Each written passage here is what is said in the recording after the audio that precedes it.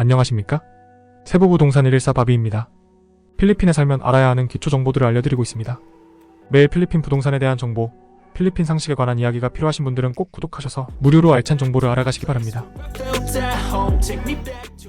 이번 시간에는 NTSP에 대해 얘기해볼까 합니다. 이 내용은 필리핀에 오래 거주하신 분들도 처음 듣는 분들이 많으실 거고 필리핀 사람들은 거의 대부분이 모를 수 있습니다. 그럼 저는 뭐 대단한 사람이라서 이 내용들을 알고 있을까요? 저 역시 보통 케이스라면 당연히 몰랐을 내용이었지만 실제 제가 겪은 상황이라 알고 있을 뿐입니다. 남의 일이 아닐 수도 있으니 꼭 내용 확인해보세요.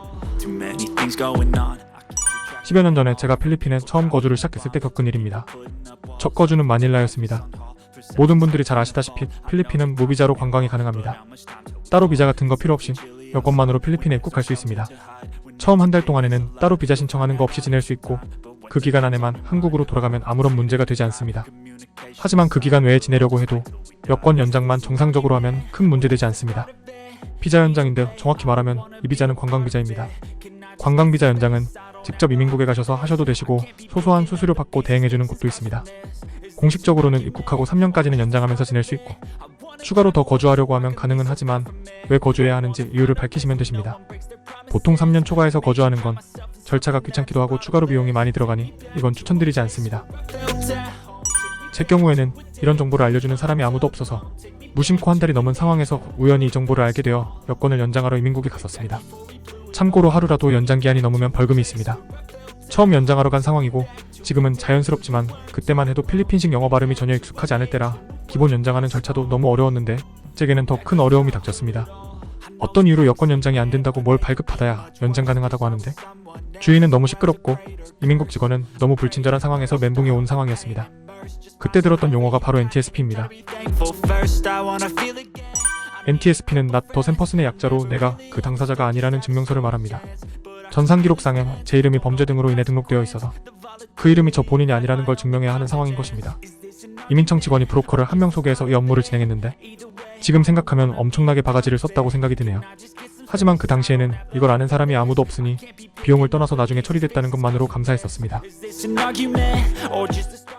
너무 오래전 일이라 기억이 잘 나지 않지만 이 서류 받는데도 시간이 한 달 넘게 소요된 것 같습니다.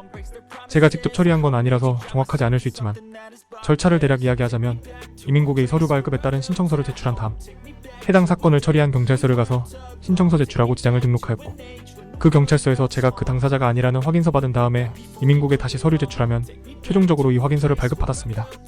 제 경우에는 마카티시 경찰서 가서 지장 찍는 걸 진행했습니다. 필리핀 지리를 잘 모르시는 분들을 위해 추가 설명하자면 마카티시는 메트로 마닐라에 속한 도시입니다. 최종적으로 발급받을 때 제가 그 브로커에게 푸념을 했던 기억이 납니다. 여권 번호가 다르고 사진에 따른 얼굴도 다를 텐데 왜 내가 이 고생을 해야 하는지 모르겠다면서요. 하지만 그 브로커가 하는 말에 안도의 한숨을 내쉬었습니다. 만약 그 동명이인이 사건을 다른 섬에서 저질렀으면 그 섬에 가서 처리하고 와야 한다라고 하네요. 실제 그 브로커가 그 당시 처리 중인 다른 사람의 서류를 제게 보여주었는데 그 사람은 현재 마닐라에 살고 있지만 동명이인이 민다나오에서 사건을 저질렀기 때문에 그 경찰서 서류 발급받으려면 민다나오를 가야 하는 상황이었습니다. 그에 비해 저는 다행스러운 상황이었던 것이죠. 아무튼 이 문제는 처리되었지만 10년이 지난 지금도 이건 제게 아주 스트레스입니다. 거주하는 건 아무 문제가 안 되는데 항상 입출국할 때마다 이 서류를 이민국 직원에게 보여주어야 합니다. 순간 잊어버리고 무심코 공항에 갔다가 다시 집에 돌아와야 할 수도 있기 때문에 항상 제게 스트레스입니다. 제게 평생 스트레스를 주고 계신 제 동명이인인 사람은 꼭 죄값을 달게 받기를 바랄 뿐이네요. 저에게 스트레스를 주고 있는 이 사람은 사기로 기소되었다고 하지만 여러분들이 주의하실 점은 별 문제가 아닌 상황이라도 만약 블랙리스트나 와치리스트로 등재가 되면 그 기록을 지우는 건 정말로 많은 비용과 시간이 소요될 수 있습니다. 실제로 집 렌트비와 공과금 안 내고 한국으로 떠난 상황에서 집주인이 그 금액을 받을 요량으로 이 절차를 진행하는 케이스가 있습니다. 별 금액도 아닌 걸로 나중에 큰 스트레스와 훨씬 큰 비용이 발생할 수 있으니 꼭 주의하시기 바랍니다. 오늘도 즐거운 필리핀 생활 되시기 바랍니다. 저희 세부부동산 114는 최대한 여러분의 필리핀 생활에 있어 적어도 부동산에 관한 사항은 스트레스를 덜어드리려 항상 노력하고 있습니다. 감사합니다.